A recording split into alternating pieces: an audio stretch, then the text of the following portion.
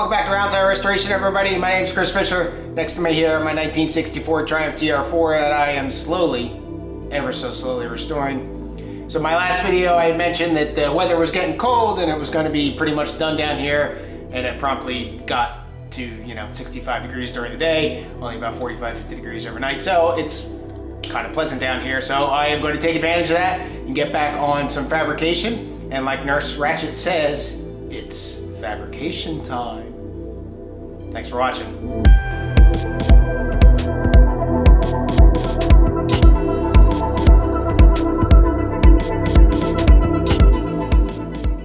So now that I've got the floor tacked in, and I favor the inside of the car, that'll give me some adjustment on the outside here. So I'm going to pull the fenders back off. I'm going to pull the outer sill off and then look at getting the inner sill fit. I've got some hole problems that I'll show you here in a second to deal with and kind of coordinate, and we'll just go from there.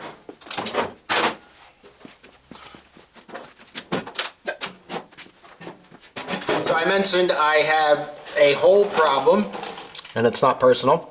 So there's obviously this plate here that forms up kind of the A-post here, and I've punched holes in that already. A couple of them are not in real good shape, but that's just from having drilled them out the first time. Then directly behind that plate, I've got this outer sill. And then directly behind that, I have the inner sill. And then behind that, I've got either air or there's a flange over here that comes down from the A-post and then eventually the floor. So the problem is I need to have all three pieces of metal in there at the same time before I weld any single piece of metal, because I can't work them. I can't weld them all together because the way they stack up. So it gets a little tricky because I obviously, when I plug weld this one hole here, all that's going to grab onto is the outer sill. It's not going to grab onto the inner sill. So the inner sill is the piece of metal that's inside. So I'd have to come around from the inner sill and punch holes in that, alternating where these holes are to be able to weld from the inner side. So I just have to think about it a little bit, see how I'm going to approach it so that I make sure that I get a solid welds and everything in here. So I'm going to brainstorm a little bit, make sure I understand what I'm doing, make sure I understand what I'm looking at and not making this more difficult or less difficult than I think it is. And I'll come back at you when I got a real solid plan, or at least solid enough. Well, I hate taking steps back, but I hate doing it wrong more. So in here with this B-post here, that's all messed up. You can see that I've been fighting around this thing forever.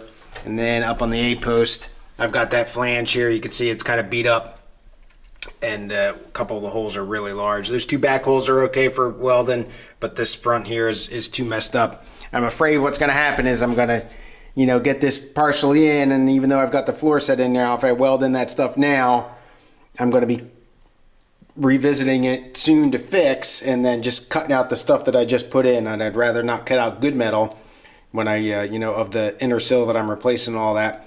So I think what I'm going to try to do here is do some cutting and some fabricating and see if I can't make some of this piece down here, remake this flange over here, and at least give me something better to weld to. Maybe fit it even a little bit better to the inner sill because it doesn't quite line up with the aftermarket, and just not half-ass it, frankly.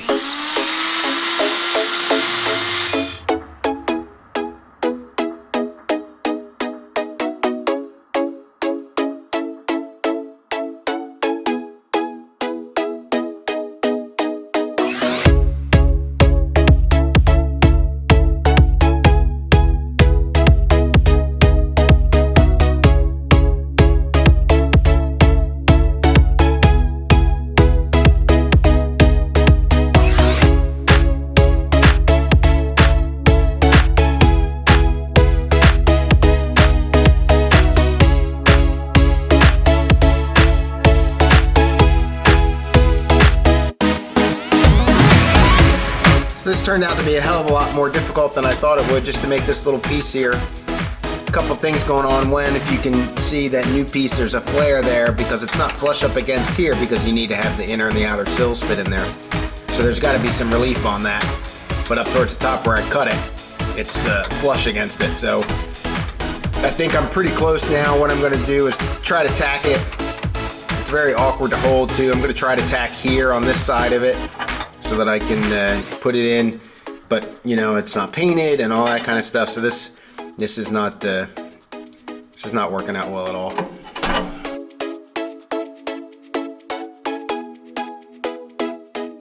What I want to concentrate on is getting the piece fit up in here so that I can make this flange that I need to make. That I don't expect that to be too hard. The one that's going to be more difficult, obviously, is going to be this guy over here. I did reach out on my favorite forum and ask for some pictures. I got some pretty good pictures, or at least good enough that I'm pretty sure between the other side that's somewhat there and this side and the pictures I had, I'll be able to figure it all out. First thing I'm going to do, though, however, is try to get this inner sill in the right position as best as I can. You may notice I have taken the door off. That was kind of flexing the body a little bit there and kind of drooping the back of the floor. So I've taken that weight off to allow that to hopefully even out. And I'm going to use these flanges on the A post and the B post to try to line it up as far as height-wise goes. And obviously also this flange down here to have that up as high as it's going to go.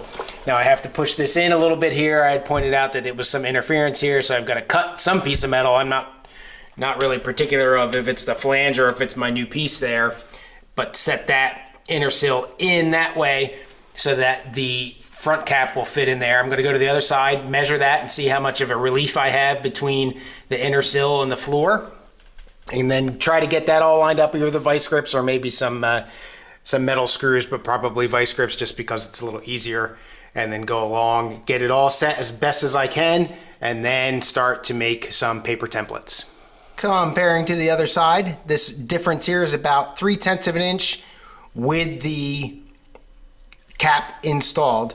The cap itself that I've got on my hands now is really only about 2/10 of an inch deep. So I've got about 1/10 of an inch difference there, obviously. So looking at it right now, I am looking at about that 2/10, a little bit, maybe a little bit give or take of that. So really this should go in a little bit more, I think. And I've got some metal that I can grind off still, especially towards the end there. So I will go ahead and get this. Now that I kind of know, I'm going to go ahead and get this guy out of here. Such a pain in the rear to get in and out. I wish I could find or figure out an easier way.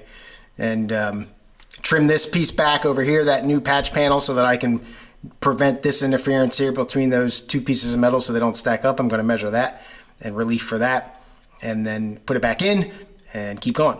All right, so this is the B post here. I've got it flushed pretty good.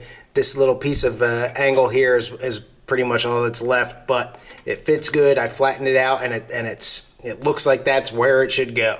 So I'm confident in where my back here is fit. I'm going to clamp the floor up a little bit to give me what I think is the proper height, but I'm happy with where this is. So I'll go ahead and I'm going to make a template now for this area out of cardboard. I'm still not real crazy with how the front is fitting. It seems like it's drooping too low for me, and to get it higher than that, it gets all off, and there's no real good way to clamp it up there while trying to keep in mind that the outer sill is going to have to get sandwiched in here too. So I got to think about that a little bit, but I think I'm safe enough to do some template work back here.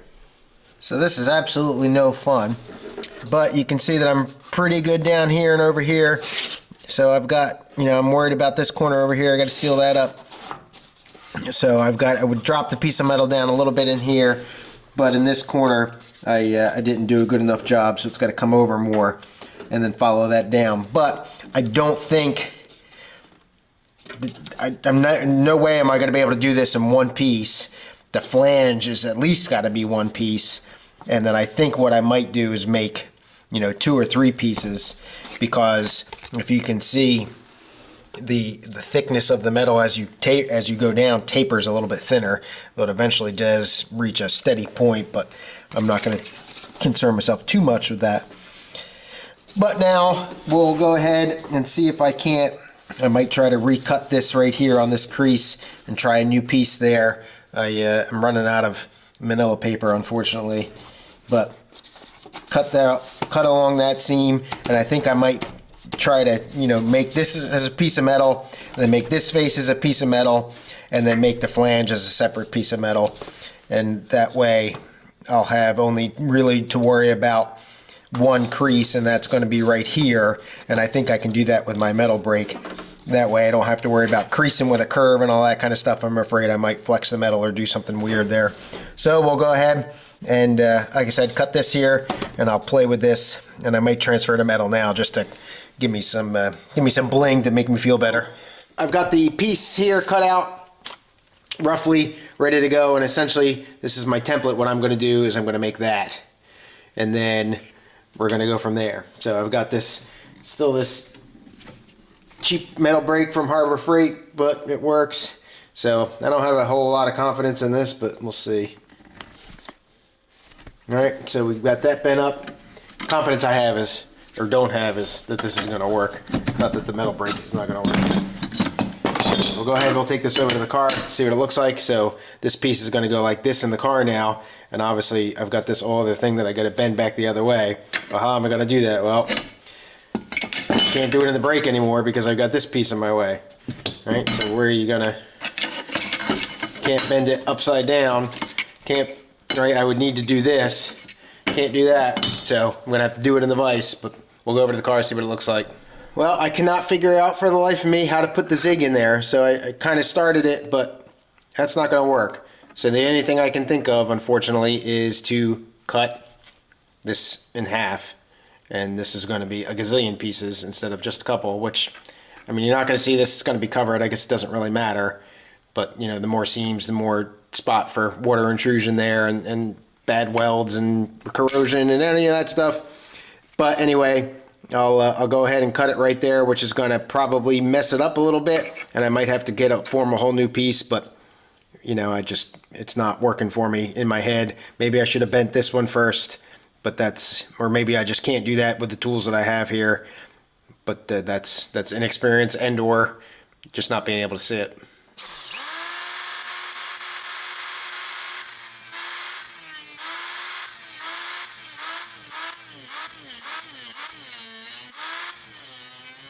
Got the piece here, got it on top of a couple lock washers just to kind of support it. It's not great, but it's going to work. I'm going to do 2 little tacks if I can, just at the top and the bottom there. It's not fitting up to the car that I can actually hold it and observe it because it's not fitting very well. But it should be good enough, hopefully, to weld here. So, not, you know, nobody said fabrication would be easy. So what I did there is just kind of adjust the angle to make it face down a little bit, give me a little bit more stability. Couldn't get quite what I was looking for there. So now there's a bolt under there instead of lock washers. But that'll give me the ability to press a little bit. Alright, so hopefully I'll be able to loosen this up and then bend this. Yeah, just kind of bend that down a little bit and give me a little bit of form there. Looked like I knew what I was doing there for a second. I don't. Take it over to the car, see what it looks like. Alright, so we got the piece here, kind of fit it up.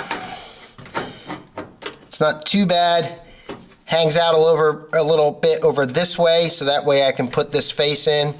I do need to shave a little bit off the bottom there to hopefully bring it down just a touch. That's fine. If you look real close, it's really subtle. But this, because of the depth, I kept this side as straight across as I could and sacrificed on this side, so you can see it kind of steps down just a touch, which again makes it look like I know what I'm doing when I don't. So I can be able to shave some of that off, try to flush that up a little bit better. And I'm going for the floor here, not the inner sill. If you look down the face straight down, the inner sill is pretty much just even with that where that B-post is and on the angle. So I think I want my mating union to be on the floor, put a flange on the floor, or maybe an inner flange on the B-post or something like that. But my intention is to essentially flange. You gotta look at some of those pictures again. My intention would be to put a flange that goes out that way, right across the bottom of this. So this piece is okay for now until I mess it up. I got to make this fronting face, and then the flange that goes down here, and then the flange that goes down here, and then I think I'll be okay. And I think what I might do is just get the whole box section put together, before I go welding anything in. I'm gonna have to put that bottom flange in, but we'll see. So let me shave this up a little bit, see if I can bring this in any better. I don't think I'll have a problem doing that. And then just slide that right down, shave it till it sits flush, and then call it. All right, so hopefully that gives me my angle there for my template. Trace that out onto a piece of manila cardboard here. Let's see if I can't make this one work. So this is the template cut out for coming down the B-post, and where it flushes up, that curved portion is where it flushes up on the inner sill. So I'm going to go ahead and get this traced out and cut out in metal. This will be kind of form fit here as I move along and get it closer and closer and closer. I'll have to shave and trim and all that kind of stuff. So this will be obviously flat, easy, nice piece to make.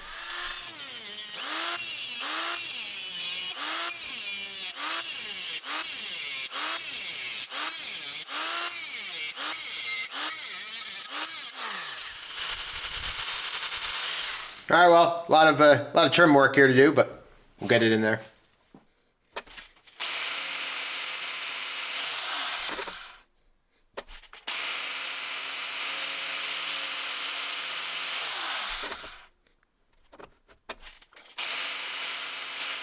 All right, well, given there's a flange that needs to go on there, I'm hesitant to take any more off. It's not great up here, and it gets a little wide in there, but that should work okay. So one thing I've never been able to understand, and I haven't cut and butt yet. Cut and butt that Fitzy does, and I can't visualize that. I don't see how that's done. I mean, I can watch the videos and I'm going, okay, that makes sense, but it just, until I do it, I just don't understand it. The other thing I don't understand is I make these templates and all that kind of stuff, but they're based on the outside of this metal. Well, I don't want this to be a cap, right? I don't want to fit it over top. I want it to mesh and to fade right in without any changes. So I struggle, and always have, especially with these more complex pieces, on how do I know the right sizing so that I don't make a box that goes around this thing. I make a box that fits up to it flush. So really the only thing I can think of, is to take measurements on the width of like a big long face like here, and make sure that all checks out. But for now, I'm halfway. I've got a solution here at least. So I've got to shrink it up to make sure that it not too long, but I'm all right with what I'm looking at there.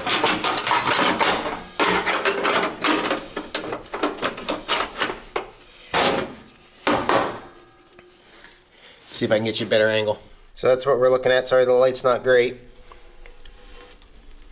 but that's going to be okay. So this will give me a good idea of what I'm looking at for the other side, so I'll be able to remember here. So we're looking at 3 pieces so far for the major faces, and then I get to build 2 flanges, one that goes down here and the one that's going to go onto the floor.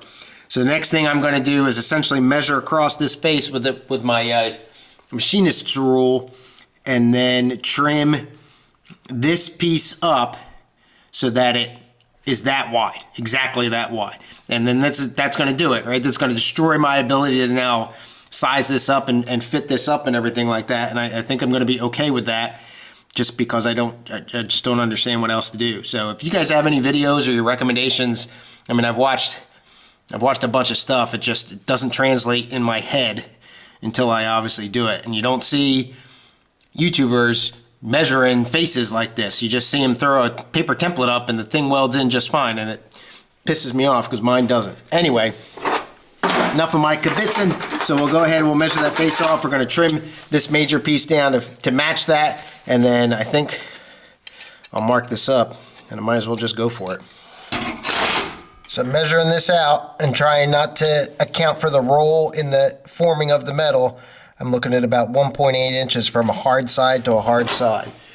The piece that I've got is about 1.95 or so. So what I'll do is I'll mark this piece in a couple different spots, 1/10 of an inch going across this face right here. And then that's it. I don't know, and I'm gonna wanna weld this up next, right? So that's what I'll do first actually, is I'll get this piece set where I want it, get this piece set where I want it and make marks so that I know where I'm welding to. Because again, once I cut this, it's not going to size up well. Whoopee! Got this flat piece in here, and you can see that there's quite a bit of distance between this and the edge. But I've got one metal thickness that's setting it that way because it's sitting on top, and then I want another metal thickness because I've got to weld to something. So I think that's going to be just about right. So if I trim this piece coming out here, it's a little bit proud, which is fine. And then I think I'm going to be there. So this can probably be adjusted a little bit better, but I think I'm going to be there. So I'm going to take actually not very much at all off of this guy right here, and then be able to weld it up, I think. See that black line in there? So I just lined that up, took a Sharpie, traced down. Definitely gonna cut on the outside of the black line, so I want that whole black line and probably a little bit more to be there before. I don't want to go too far because I'm going to screw myself. So I'm going to cut it now, probably with the Dremel, and just take it down and go right on the outside of the black line, this side of the black line, and then I think I should be ready to weld these two pieces together now, and then essentially cut this out, see how it fits, and then worry about the flanges.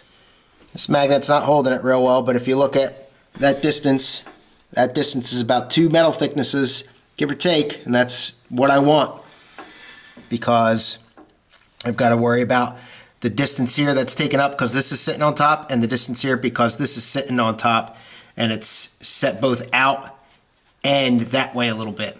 So I think I've got it. I'm going to go ahead now and mark these holes where I want them. And you do notice, I think that this goes down a little bit further than this goes down.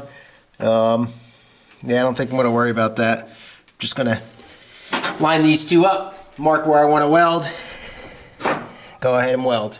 This is not magic here. I've got this magnet in there, if you can see the red. Holds pretty well.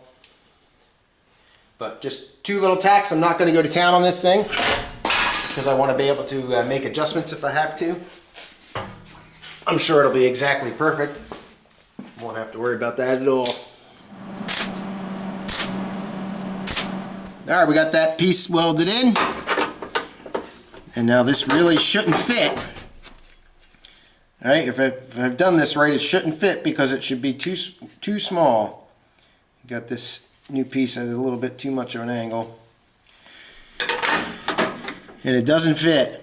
And it doesn't fit by about 1 length. So, oh my God, I think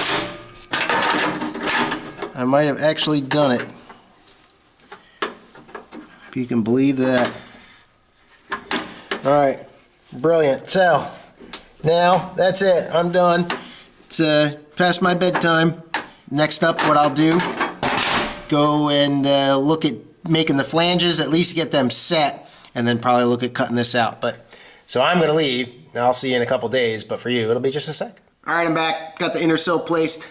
The problem is that when this is going to go on, that's going to cover this seam right here, that flange, so I won't be able to get to it to weld. And you can see there's a pretty good gap in there. I think that's just because that's bent a little bit, not so much that it's not fitting properly. But I think where it is fine, but it's going to be hard to cut this out and get this thing fit with without potential damage to the inner sill with the grinding wheel and all that kind of stuff. In hindsight, this probably should have come out before I welded the floor in, but so be it. Or actually, you know, I should have fixed this the first time around before I took care of the floor.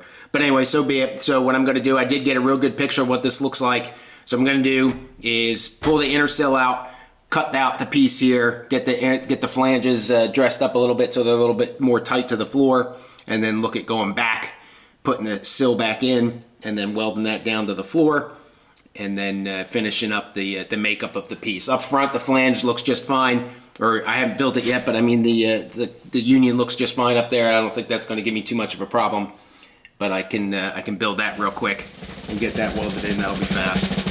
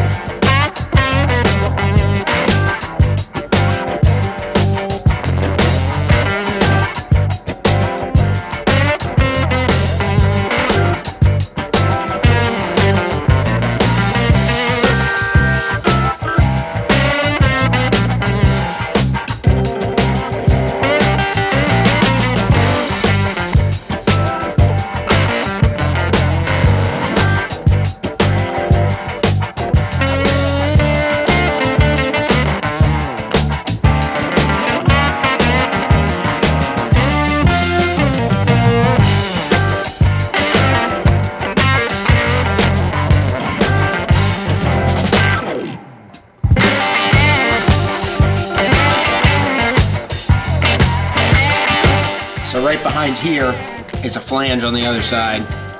Show you real quick. So that flange right there comes all the way up. That's obviously, but that's welded too. So just try to be careful with that, so to not cut through that that flange if I can help it. I don't know how much of that is welded, and obviously I'm having a little difficulties getting in this corner here. So keep working that, but it's almost out of here.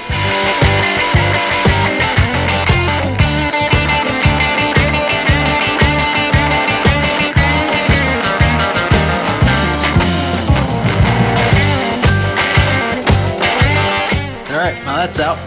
Obviously a good amount of pitting and everything under there. So I'll have to look up under here and make sure I can't do some preservation or whatever. Alright, so I got a rough fit here. This piece came untacked, but it's resting pretty good. I still got to put the bottom flange on. I got that piece of metal kind of ready to go here. So right now it's just kind of pinched between this seam here and the floor. Push down on the floor a little bit, kind of let it fit in there. So I'm going to go ahead now and size this up a little bit, get this, look at doing this bottom flange there. Yeah, I think I'm almost there. So hopefully the inner sill kind of fits inside of this, which I think it should. And then we'll just look at tacking it all in. All right, got this most of the way fit up. I did got the bottom flange ready to go on there. I got to work on this flange over here. What I'm going to do now, though, is finish all my welds and get this thing cleaned up while it's a relatively simple shape here, and allow me to grind all that stuff back, make it nice and purty instead of trying to mess with it and leaving it sloppy. So run over to the welding table real quick, get these welded up, get them cleaned up, and be back. Got the front flange sized up pretty good. That'll work. I got to, it's not tacked in or anything like that. I'm not quite ready to do that yet because I'm afraid that once I tack that in, the inner sill probably needs to stay. Over here on the back, unfortunately, you can see that big old gap that's there. I don't know quite what happened, but I know that I can't leave it like that. And then coming around, you can see there's a big old gap here too. So I'm not sure if I'm going to cut this piece out and do another one or add some metal to it. Probably best off just cutting it out. But the sill's in there and resting. I have a good junction down there at the bottom. That all works for me. I just have to fix that face. So unfortunately I'm out of time for the day, but hopefully I'll be getting into some engine work here soon, and you guys can follow along with that as the winter moves on here and starts to get a little cold. I think it's going to get cold here in a couple days, so we'll see what happens. So that's all I've got. Thanks for watching. Cheers.